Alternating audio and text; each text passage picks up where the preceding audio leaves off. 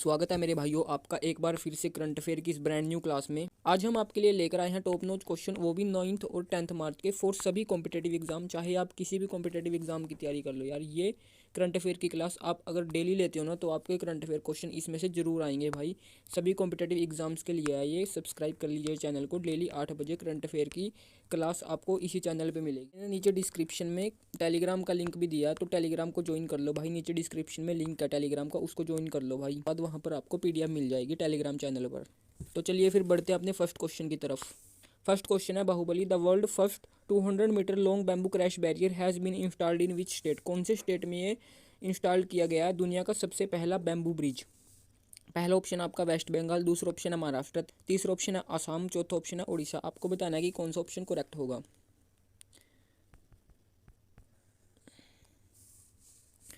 इस क्वेश्चन का correct answer है महाराष्ट्र। महाराष्ट्र में दुनिया का सबसे पहला 200 मीटर का बैम्बू ब्रिज खड़ा किया गया है, और ये दुनिया का सबसे पहला बैम्बू ब्रिज है इंडिया में जो स्थापित हुआ है, वो भी महाराष्ट्र में। देखिए करेक्ट आंसर है महाराष्ट्र। महाराष्ट्र में भी कहाँ? विदर्भ में। विदर्भ में महाराष्ट्र में हुआ ये। Ministry of road and highways announced. Ministry of road and highways के मिनिस्टर कौन है? नितिन गडकरी साहब। नितिन गडकरी साहब ने ये अनाउंस किया है दुनिया का सबसे पहला बैम्बू मेड क्रश बैरियर। देखिए दुनिया का सबसे पहला तो इम्पोर्टेंट तो हो ही जाता है, वैसे भी इम्पोर्टेंट है क्योंकि दुनिया का सबसे पहला और भारत में सबसे पहले इसकी शुरुआत हुई है बैम्बू ब्रिज की, इसलिए ये इंपॉर्टेंट है। आपके एग्जाम में पक्का ही पक्का ये क्वेश्चन आ सकता है।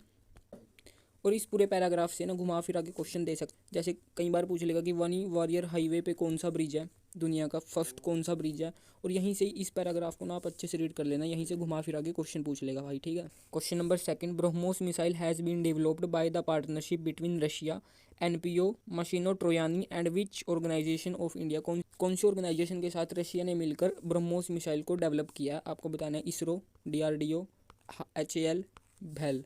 आपको बताना है कि इन चार ऑप्शन में से कौन सा ऑप्शन करेक्ट होगा। देखिए इसका करेक्ट आंसर होगा बी ऑप्शन, डीआरडीओ। डीआरडीओ की फुल फॉर्म क्या है? Defence research and development organisation. देखिए BrahMos missile has been developed by defence research and development organisation, DRDO. DRDO ने यह मिलकर बनाया एनपीओएम के साथ Russia as BrahMos. BrahMos missile किसने बनाया? डीआरडीओ ने एंड एनपीओएम ने, ठीक है।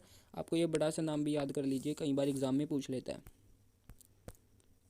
Question number third, which country has propose to create international big cat alliance. आपको बताना है कि यूएसए होगा, इंडिया होगा, इंडोनेशिया होगा, जापान होगा। कौन सी कंट्री ने बिग कैट अलायंस स्कीम अपने देश में जारी की है? आपको इन चार ऑप्शंस में से बताना है।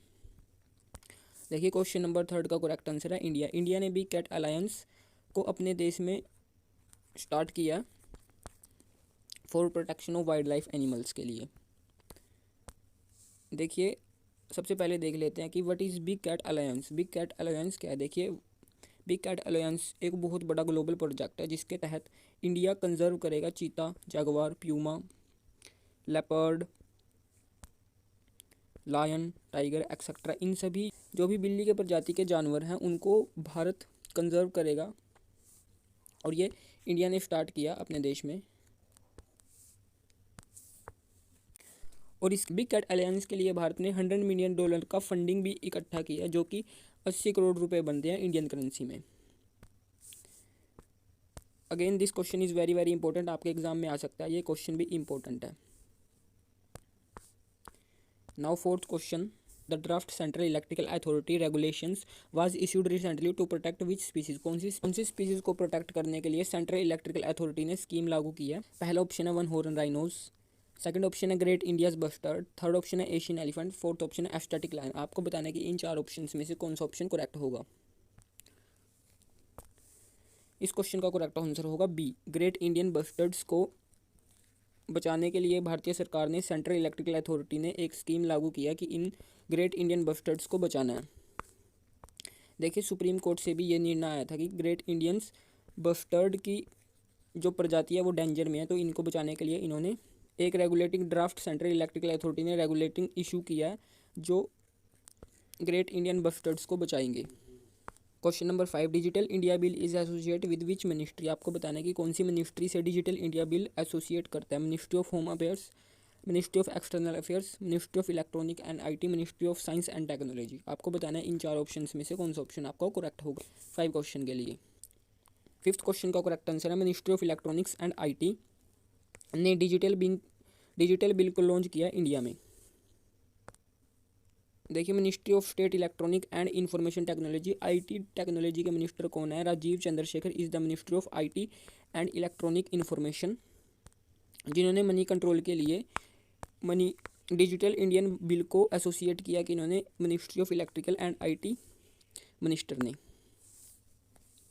ठीक है, दैट्स ऑल। ये हो गए अपने आज के 5 क्वेश्चन करंट अफेयर के। 9 और 10 मार्च के मैंने करंट अफेयर के क्वेश्चंस कवर कर दिए हैं जितने बनते हैं, और ये सभी ना यार टॉप क्वेश्चन है। मैं एकदम रिसर्च करके छांट के क्वेश्चन लेके आता हूँ भाई। सभी कॉम्पिटेटिव एग्जाम्स के लिए ना इंपॉर्टेंट क्वेश्चन है, चाहे यूपीएससी हो, सीडीएससी हो, सीएचएसएल हो, एनडीए हो, भाई कुछ भी एग्जाम लगा लो यार, रेलवे का एग्जाम लगा लो भाई, स्टेट का कोई भी एग्जाम लगा लो, सभी एग्जाम्स के लिए इंपॉर्टेंट। और ना टेलीग्राम लिंक डिस्क्रिप्शन में दे रखा है, प्लीज़ ज्वाइन कर लीजिए और चैनल को सब्सक्राइब कर दीजिए, क्योंकि 8 बजे ना डेली करंट अफेयर की क्लास आती है, चाहे संडे हो चाहे कोई सा भी दिन हो भाई, डेली के डेली करंट अफेयर की क्लास आपको 8 बजे मिलेगी, तो चैनल को सब्सक्राइब कर लीजिए यार।